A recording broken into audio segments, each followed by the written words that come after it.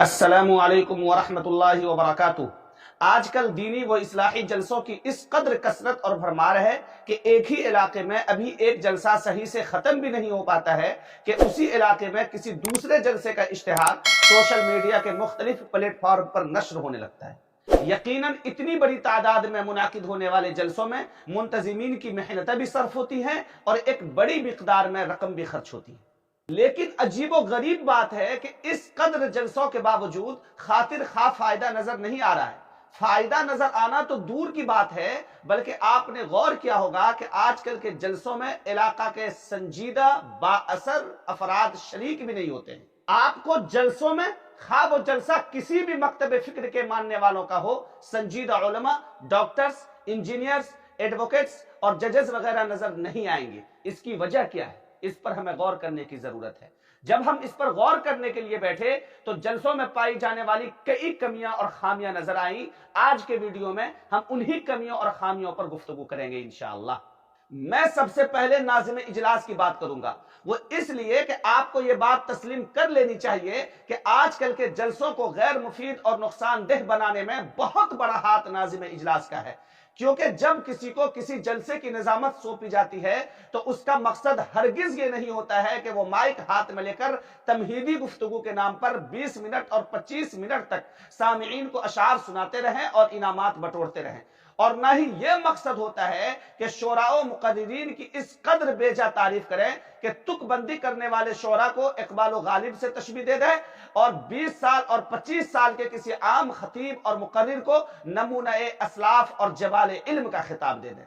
बल्कि निजामत का मतलब यह होता है कि शोराओ मुकर्रिरीन का तारुफ कराएं। मसलन आने वाले खतीब कौन है, किस इदारा या तंजीम से उनका ताल्लुक है, कितने सालों से वो तदरीसी या तंजीमी खिदमात अंजाम दे रहे हैं। अगर तसनीफ और तालीफ से उनका ताल्लुक है तो उनकी तसनीफ के हवाले से भी तारुफ कराया जा सकता है।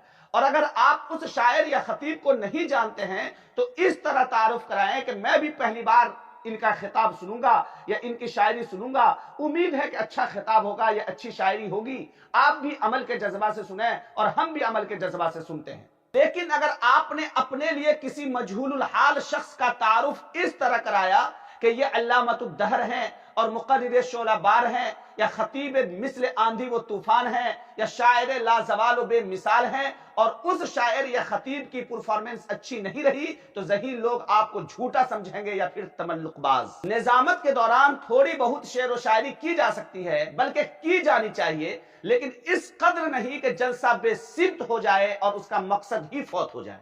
आजकल के नाज़िम इजलास को इस बात पर तवज्जो देनी चाहिए कि अगर जलसा इस्लाहे मुआशरा का है तो इस्लाहे मुआशरा का ही जलसा रहने दिया जाए, नातिया मुशायरा न बनाया जाए।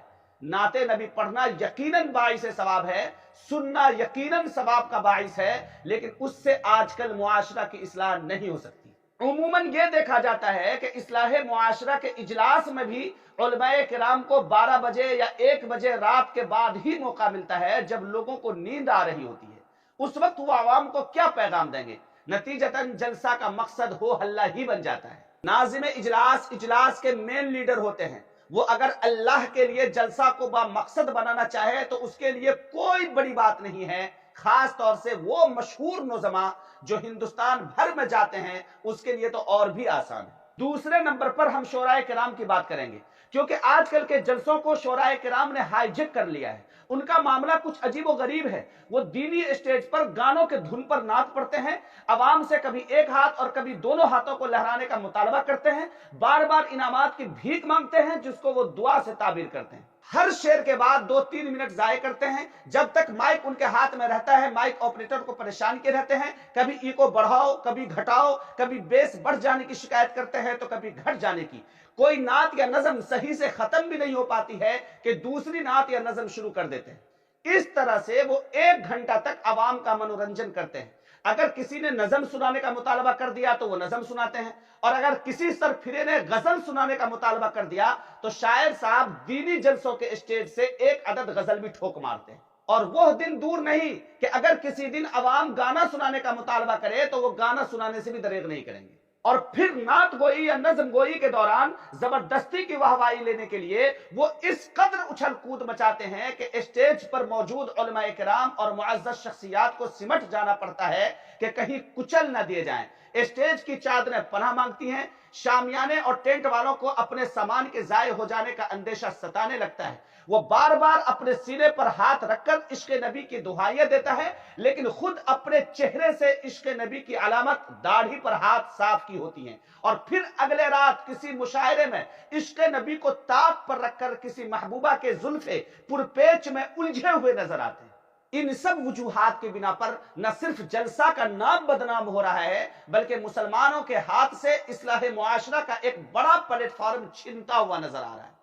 اس لیے جلسہ کرانے والوں سے میرا ایک مشورہ ہے کہ مہنگے اور اچھل کود کرنے والے شعراء کرام کو بلانے کے بجائے قریب کے کسی مدرسے سے نعت پڑھنے والے کسی طالب علم کو بلا کر نعت پڑھوائیے۔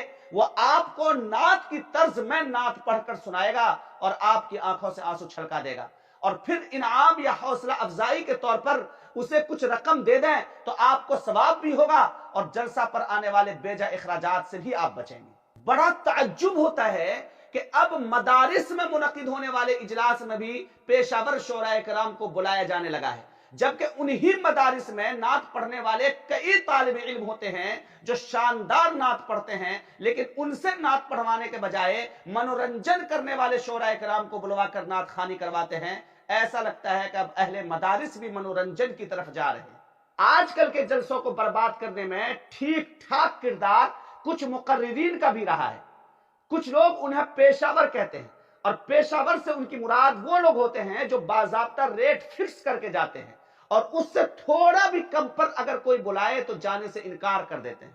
یہ لوگ ایک آدھ گھنٹے کی کوئی ایک تقریر یاد کیے رہتے ہیں جس کو ہر جگہ مرچ مسالہ لگا کر پیش کیا کرتے ہیں۔